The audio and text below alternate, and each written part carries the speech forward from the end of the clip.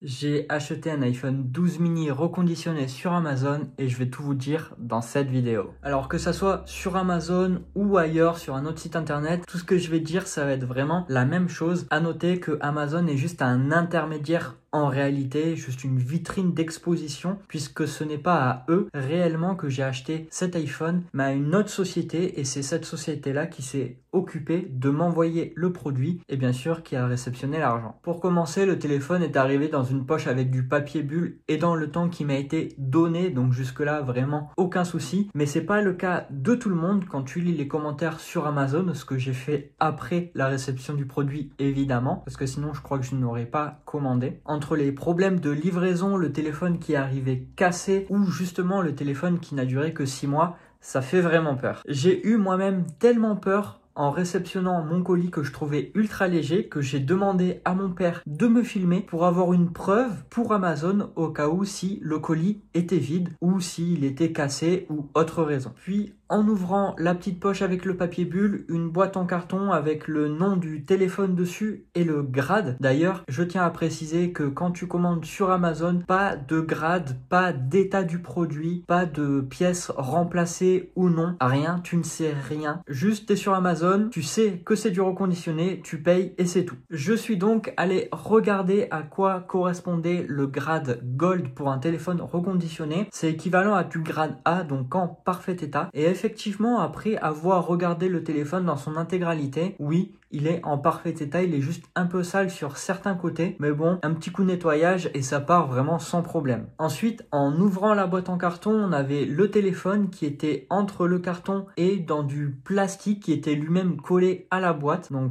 pas très bien maintenu selon moi. Et derrière, on avait le câble Lightning vers USB-C qui n'était évidemment pas d'origine Apple et la petite épingle pour le tiroir de carte SIM et c'est tout. Pas de prise secteur avec le reste dans la boîte de cet iPhone. En inspectant bien le téléphone dans son intégralité, je me rends compte que le dos en verre a été changé puisque pas d'inscription iPhone sur celui-ci et pas de norme CE non plus. Je teste les boutons pour savoir si tout fonctionne bien et a priori oui, tout a l'air plutôt bien de fonctionner. Donc j'allume l'écran, je fais la configuration de cet iPhone et quand on arrive sur l'écran principal, on pourrait dire que a priori tout va bien, les couleurs sont magnifiques. Eh bien loupé, puisque l'écran n'est pas d'origine. D'ailleurs, c'est comme la batterie n'est pas d'origine, mais ça, 90% du temps, vous pouvez être sûr que quand vous achetez un téléphone reconditionné, vous n'avez pas la batterie d'origine du constructeur. Et quand on se rend dans les paramètres de la batterie, on voit bien que la batterie est à 100%, et c'est vraiment le pire truc possible, puisque une batterie d'origine Apple sera toujours plus performante qu'une batterie non officielle Apple, même si cette batterie officielle Apple est à 80%. Ensuite, je me rends dans le général et dans les informations sur le produit et on voit bien qu'il y a une petite catégorie qui apparaît sur les produits remplacés et on note bien que du coup la batterie et l'écran apparaissent comme inconnus, ce qui signifie encore une fois que ce ne sont pas des produits officiels Apple et qu'ils ont été bel et bien remplacés. D'ailleurs, si vous voulez savoir si cet iPhone 12 mini vaut toujours le coup en 2025 et que ça vous intéresse, j'ai fait une vidéo qui est disponible sur ma chaîne YouTube et elle apparaît en haut à droite de votre écran, donc vraiment n'hésitez pas à aller la voir si vous ne l'avez pas vue. Donc en conclusion, est-ce que le reconditionné c'est bien ou pas? Alors oui, parce que ça part quand même d'une bonne intention et puis ça a un côté écologique qui permet de donner une seconde vie à votre téléphone et ça permet quand même de vous faire